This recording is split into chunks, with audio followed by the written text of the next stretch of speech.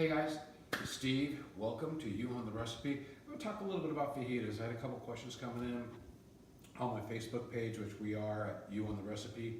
Come join us over there about fajitas. Okay, fajitas are great, all right? Back in the day, I would say 30 years ago, it was a worthless piece of meat that people were just selling at $1.20, $1.15 a pound. Now, the price, anywhere depending where you live, is up to almost $7 a pound.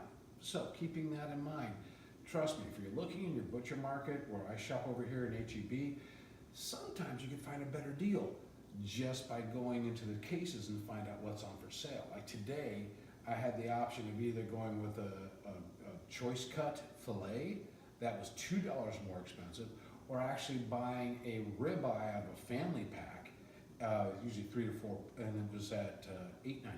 So it's $1 difference. What's the difference on that? The cut of the meat is going to be a little bit better. So would you rather do a filet for a fajita, or would you rather do a ribeye for a fajita, or would you rather do a skirt steak for a fajita? But for simplicity, basically I'm not going to tell you all the tricks for fajitas, but I'm going to tell you what to do with your fajita meat. Okay? There's so many different marinades out there, but I'm going to tell you this. What you want to do for all your marinades is make sure you have some type of citrus into it. The citrus helps break down a little bit of the meat. Instead of using like a meat tenderizer or something like that, you can use a lime juice, you can use an orange juice. I prefer using a pineapple juice. You buy these by the 6-pack, keep them in your pantry. You're good to go. So, anyways, talking about the vegetables, all right? Traditionally, it's going to be onions, it's going to be bell peppers, and that's really about it. Then people start kicking things up a little bit. So, I love throwing a little bit of portobello mushrooms into these things, okay? If you're going to use portobello mushroom, clean out the interior over here. Some people will cook with it, which is fine. It's not a big deal, but it adds a bit of earthiness to it. It's not bitter, but earthiness to it, which some people aren't really crazy about. Red bell peppers, I prefer red bell peppers over a green bell pepper. You have your red onion, you have your white onion, you have tomatoes, you have avocados, you have jalapenos, you got poblanos, you got garlic, okay? All this stuff is great to throw into this stuff, all right? So there are no rules or regulations, there are no do's or don't. Remember, you on the recipe, play with it how you want to have it, okay? So majority of everything that's on this plate, that's over here, we're gonna use for today, all right?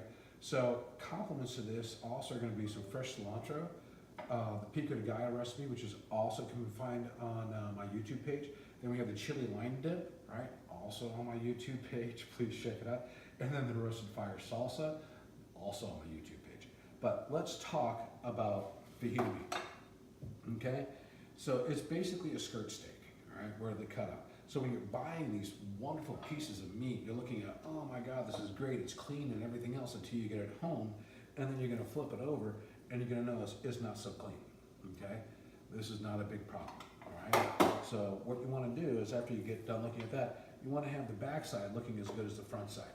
How do you do that? Okay, most of the kitchen kits that are set out there with the knife sets and everything else have a boning knife. So this is what the boning knife is basically, and this is what you do. You want a thin blade to kind of get underneath.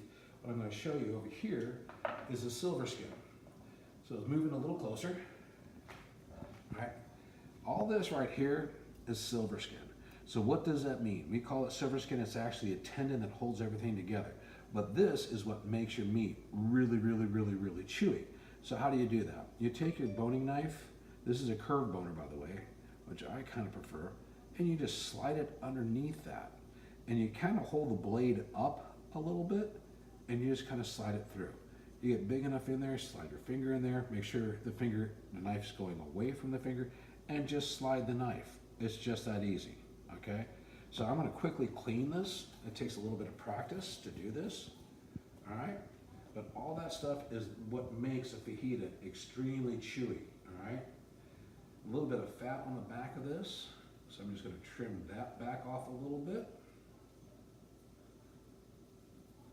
Nothing to it. A little more silver skin over here. I'm going to take that off, take that off. I'm going to flip it around a little bit so I get a better angle at the rest of it. Okay, a little fat is not going to kill us.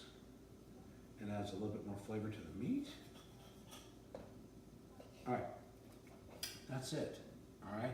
So when you buy your fajita meat and it looks all gorgeous on one side, remember the butcher probably, in most places, is not gonna be clean on the opposite side. So you get a really tender piece of meat, that's what you wanna trim off of there, so it's a little bit easier. Now, let's talk about the cut, all right? So, come a little bit closer here.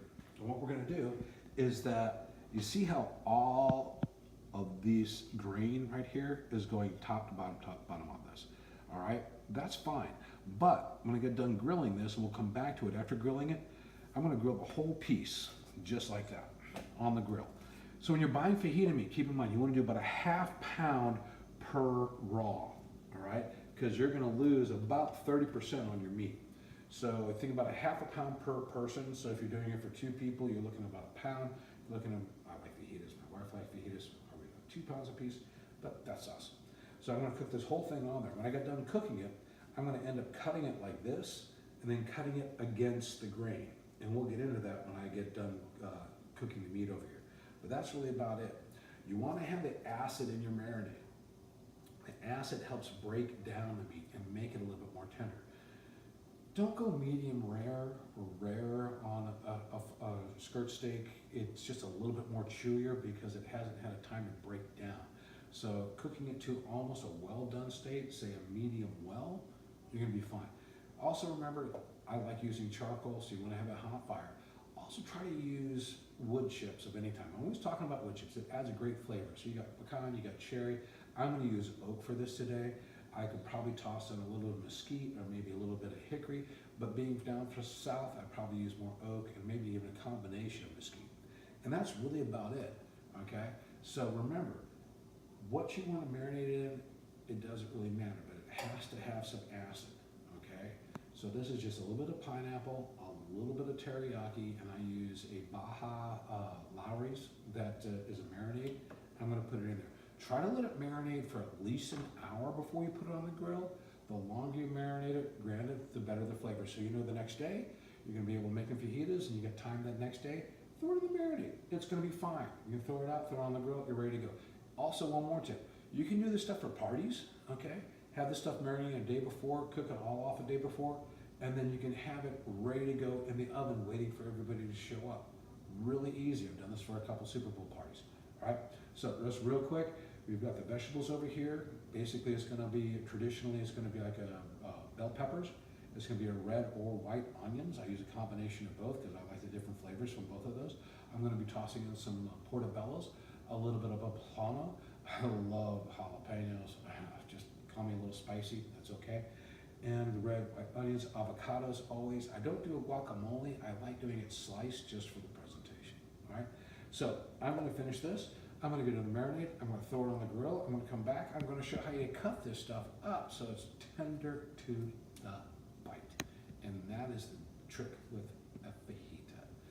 Be back in a minute. Okay, so grill all this stuff over oak. I'm telling you guys, you've gotta play with your food. And when you're doing that, play with it. If you have a charcoal grill, or if you have a gas grill, throw some smoke in there, give it a little bit of flavor. All right, so this was roughly 3 pounds of meat. And remember I told you, it says when you're buying that, make sure you're getting, let's say, a ½ pound at least per person, because when you cook it, it's gonna go down to about a third of a pound per person. But keep in mind, third of a pound is still good, unless you have some really big friends, and that goes completely off. You wanna cook your vegetables al dente, okay? So I have the tomatoes here, I threw in the very last. We have the poblano peppers in there. And we have those little, look at those mushrooms. Aren't those just sexy? Those are great. A little bit of the peppers over there. But this is where it comes down to, all right? So I really don't care how you marinate your meat, but remember how all the grains in the meat are going like this? Well, you don't want to cut it like this, because it is going to be the chewiest thing you've ever put in your mouth, all right? So what we're going to do, I'm going to slice it like that. I'm going to take this little guy here. The thinner the slice, you see how tough that is? Have a good knife, and just slice it like this. This is what I'm talking about. All right, see how we're not rare or anything else, but this is what's going to happen. Cutting against the grain and with the grain means 2 different levels of tenderness. See how it just pulls apart? Cut it thin. You don't need to cut it thick. And that is the trick to a perfect fajita, guys. That's it. It's not rocket science. But knowing the grains of the meat and how to cut it, that's how it's going to work out. Hey, I'm Steve. I appreciate you guys coming visit my page. Everything that is on this page is on my site. Everything from the pico de gallo, the chili lime dip, and even the fire roasted salsa. That's it. Okay? Thank you so much. Join us on Facebook. I'd love to see you there. Post what you're going to cook. And let's play with your food. Love your food. And guess what? I'm Steve. You own the recipe.